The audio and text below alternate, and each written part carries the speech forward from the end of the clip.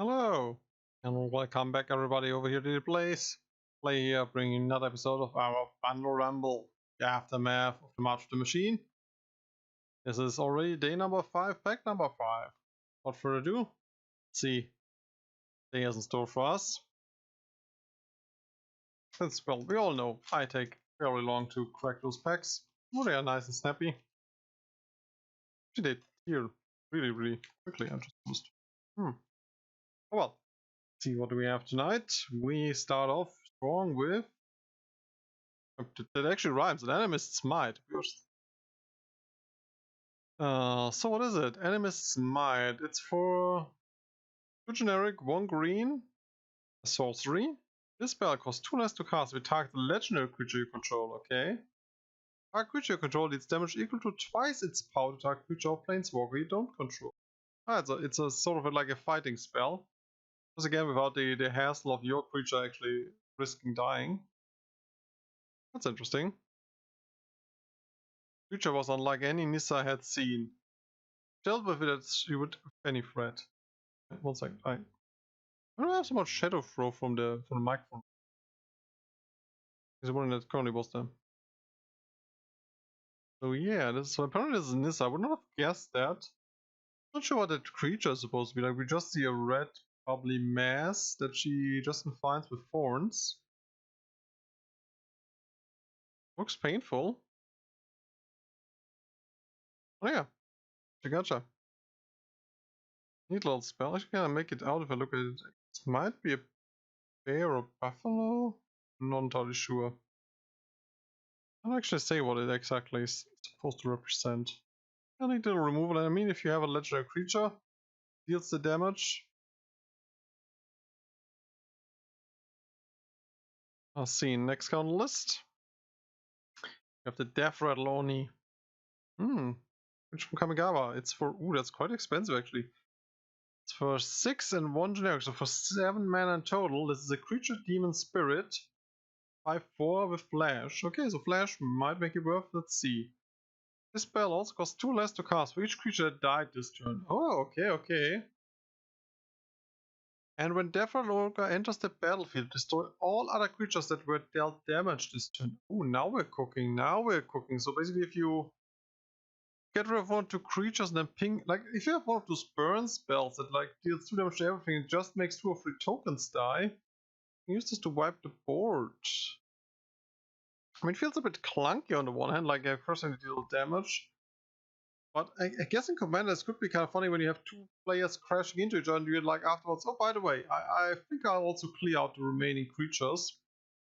Which in that case it actually leaves your board intact because it only kills everything that was deal damage, so not yours, just everybody else. That would be interesting.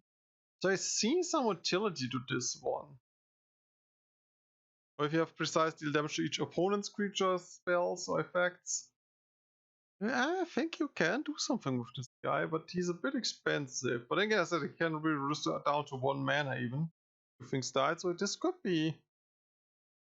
Actually, let's put it that way. As soon as you reduce it by 2, potentially 4 mana, this guy should be very well worth it. Because I mean, then it's for, what is it? Normally it would be for 3 mana, 5/4 body, and potentially removing something.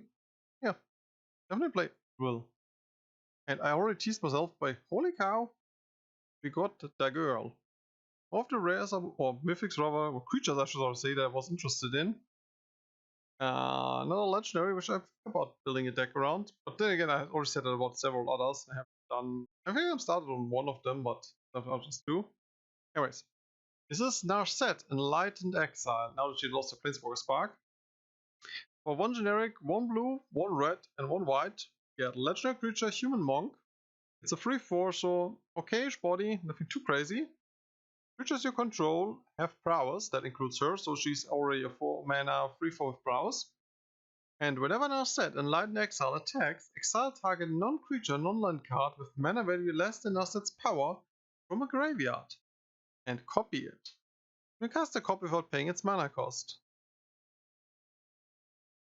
So yeah, I mean, enchantments, instants, sorceries, planeswalkers, there's battles, there's a lot of stuff you can clone with her. It's really, really interesting. So yeah, that's definitely something I want to kind of build a deck around. And the fact that she has prowess, I mean, if she basically attacks, and you get an instant that you play, and of course you trigger game. Running a camera. I mean, hello? Please focus on the girl again. Please. Yeah, so that's also a very gorgeous artwork. I'm not sure if you guys can properly make that out because it's flickering all the time, but this is a very, very gorgeous looking artwork on her. Let's see. They call her unique, and her unique insight a gift. Then she saw the truth, and suddenly it was a threat. Oof. Poor girl. Always on the... Oh, and we got another card I wanted.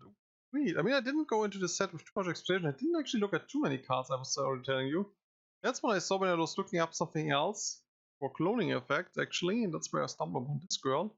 We got her in foil even, and this time actually the foiling seems to work properly. Like on the other card I was complaining about already, the foiling was seriously messing up the artwork.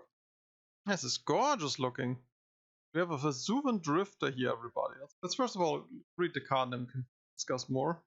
Vesuvian Drifter, 2 generic, 1 blue. It's creature shapeshifter with flying. For 3 mana basically we get a 2/4 flying. Solid body I would argue. And it also brings to the table. You may look at the top card of your library at any time. Which is nice. And at the beginning of each combat you may then reveal the top card of your library. If you happen to reveal a creature card this way, Vesuvian Drifter becomes a copy of that card until end of turn, except it still has flying. Might also be important. Nice little, I would say, look at top card of your library effect. What I don't like about the foil, but it's more like a issue thing. I'm not sure if you guys can see it, there's a little scratch all across the artwork in the middle. Very thin, like it as if it was sliding across the conveyor belt a bit poorly. Or the claw, whatever they used to picking them up. This is gorgeous. I shouldn't complain, like we got a mythic and a foil rare in this pack. This is a juicy pack, everybody. I like it. And again, the girl is also looking very, very pretty there. I mean, Vesuvian, that's from Dominaria, but the background village doesn't look like Dominaria at all, or is it only me? Oops.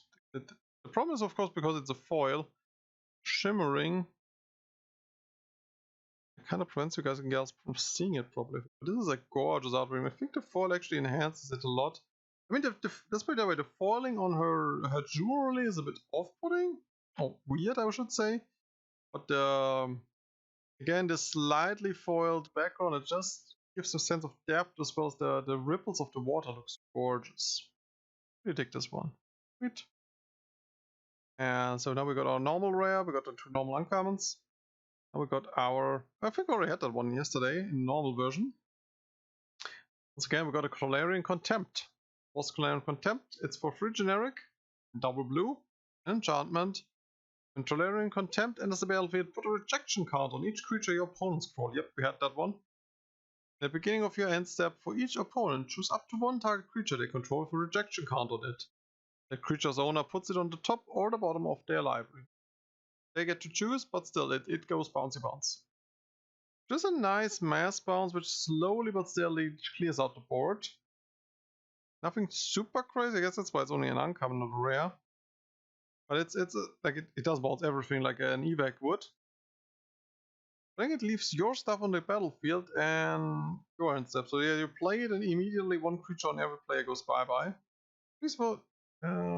I choose, right? Yeah. Each opponent you choose up to 1 target creature they control. Yeah, I choose them. I think I read that wrong yesterday and read like they get to choose one of theirs.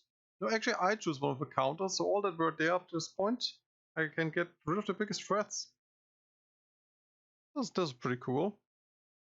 And we also got a little cute artifact creature token. Aww. With the jack tail, it almost looks a bit Phyrexian to me, but besides that, it's actually, that's a classic color dash design. It's just that the hooked tail thing is a bit off-putting. Besides that, also the sky, I must say, this was looking gorgeous. Like the battleships there, the Phyrexian worms, the spires here. I think that's color dash spires. Kaladian? How would you call it? Is it Kaladashian spiders? Yeah, this is This was a very juicy pack, everybody. I must say, I'm very happy with this. I mean, I got an Arshad, which is kind of nice. I mean, they were basically, whatever. I mean, there were 3 legends that was kind of interesting. Her, Loki.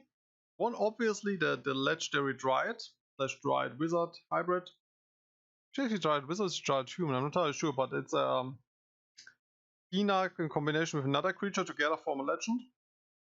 That was what I was interested. And the other one is actually the Red Girl. Let's see if we can help pull one more of those. Maybe we still have 3 packs to go.